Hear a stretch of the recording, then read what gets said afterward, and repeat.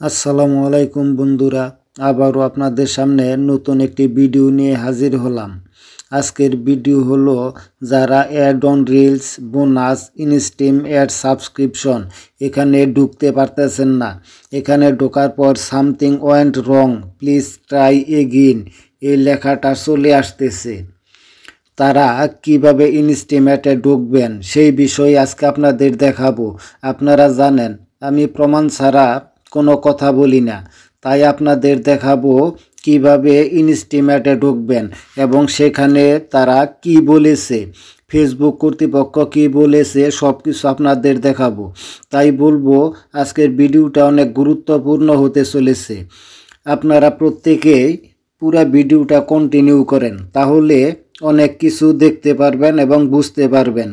দেখেন বন্ধুরা, আমি যেটাতেই ক্লিক করি না কেন, এই যেমন দেখেন অ্যাড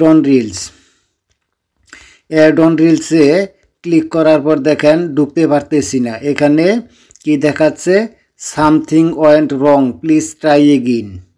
তার মানে এখানে কিছু একটা সমস্যা, পুনরায় চেষ্টা করেন, সেটাই দেখাচ্ছে। এখান থেকে যদি আবার ব্যাগে আসার পর দেখেন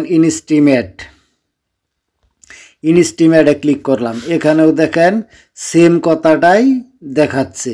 তাহলে ইনস্টিমেটে আপনি কিভাবে ঢুকবেন এবং সেখানে কি করতে বলছে সেটাই আপনাদের আজকে দেখাবো। তাহলে চলেন বন্ধুরা পুরো ভিডিওটা দেখি।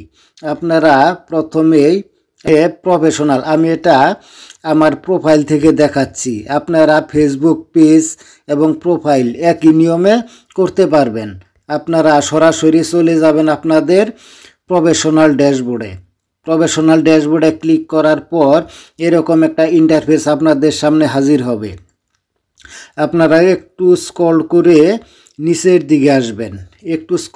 নিচের দিকে আসার পর এখানে দেখতে পাবেন সাপোর্ট নামের একটা অপশন, এখানে পেয়ে যাবেন সাপোর্ট। এই সাপোর্টে ক্লিক করবেন। সাপোর্টে ক্লিক করার পর এখানে দেখতে পাবেন একটা মনিটাইজেশন নামের অপশন।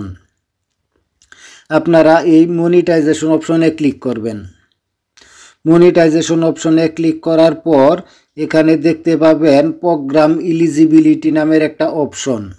প্রথমেই প্রোগ্রাম এলিজিবিলিটিতে ক্লিক করবেন। প্রোগ্রাম এলিজিবিলিটি ক্লিক করার পর এখানে অনেক কিছু অপশন দেখতে পারবেন।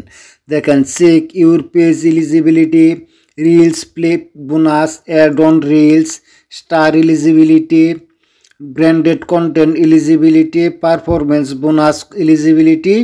লাস্টে দেখতে পারবেন আপনারা এখানে অ্যাড অন ইনস্টিম অ্যাড।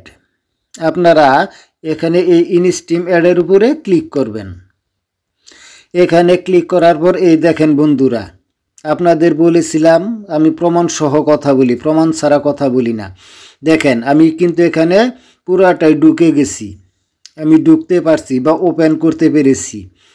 দেখেন একটু নিচের দিকে স্ক্রল করে দেখেন প্রত্যেকটা অপশন এখানে পেয়ে যাবেন, যেমন I am interested, learn more, প্রত্যেকটা কিন্তু এখানে পেয়ে যাবেন। এখানে কি বলেছে সেটাই আপনাদের দেখানোর জন্য চেয়েছিলাম। এই দেখেন এখানে ফেসবুক কর্তৃপক্ষ বলেছে যে দেখেন, আমি আপনাদের একটু দেখিয়ে দিই।